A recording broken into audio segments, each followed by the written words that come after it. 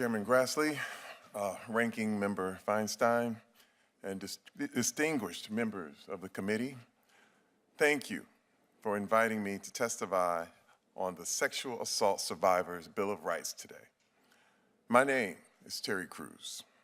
I am an actor, author, former athlete, advocate, and a survivor of a sexual assault.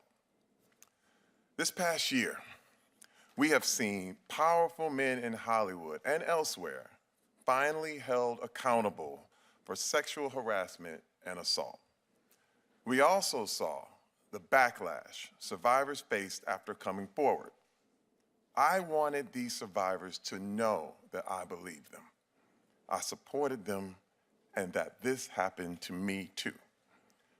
This encouraged me to come forward with my own experience and reflect on the cult of toxic masculinity that exists in our society. As a child, I watched my father violently abuse my mother, using his power and authority to dominate her. All I could think of was how to protect her. How if I get strong, I can protect her from this living nightmare. As I grew up, this thought transformed the type of man I became. I swore I would never be like my father, and yet I believed to my core that as a man, I was more valuable in this world than women. As a protector and symbol of strength, I was more worthy, that women were beneath me. I used images of women's body and pornography at my disposal, validating my need for control. I often cut women short of sharing personal details of their lives so they would seem less human, less real. As a man, I was taught my entire life that I must control the world. So I used power, influence, and control to dominate every situation, from the football field to the film set, even in my own home with my wife and children. Then, in 2016, while at a party with my wife, I was sexually assaulted by a successful Hollywood agent. The assault lasted only minutes, but what he was effectively telling me while he held my genitals in his hand was that he held the power, that he was in control. This is how toxic masculinity permeates culture. As I shared my story, I was told over and over that this was not abuse, that this was just a joke, that this was just horseplay.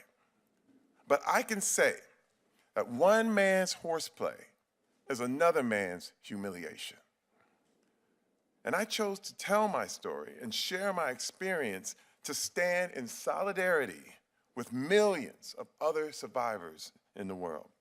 That I know how hard it is to come forward. I know the shame associated with assault. It happened to me.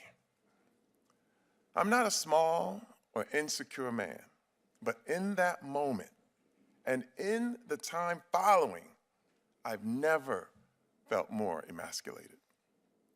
As I watched women and colleagues in my industry come forward to share their Me Too stories, this shame washed over me again and again, and I knew I had to act.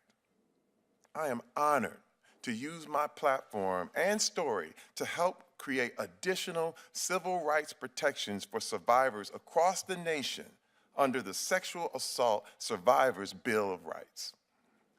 Which is why the Sexual Assault Survivors Bill of Rights is a critical bill that must be enacted in all 50 states. This bill gives survivors the right to a fully government-subsidized rape kit to alleviate the financial burden of seeking justice. It gives survivors the right to receive information, including access to police reports, rape kit results, and access to sexual assault counselors. And by requiring that rape kits and forensic DNA evidence be retained for the duration of the statute of limitations, this bill gives survivors the right to have time to distance themselves from the immediate trauma before making the difficult decision to report the assault to law enforcement. This is why I sit here today with Amanda Nguyen and the RISE team. Every man, woman, and child deserves to be seen as equal under the law. The Sexual Assault Survivors Bill of Rights does just that by recognizing survivors' basic civil rights.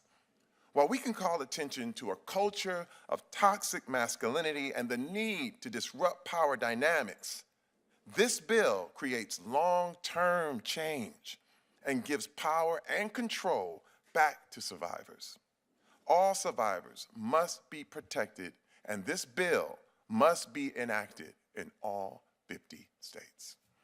Thank you.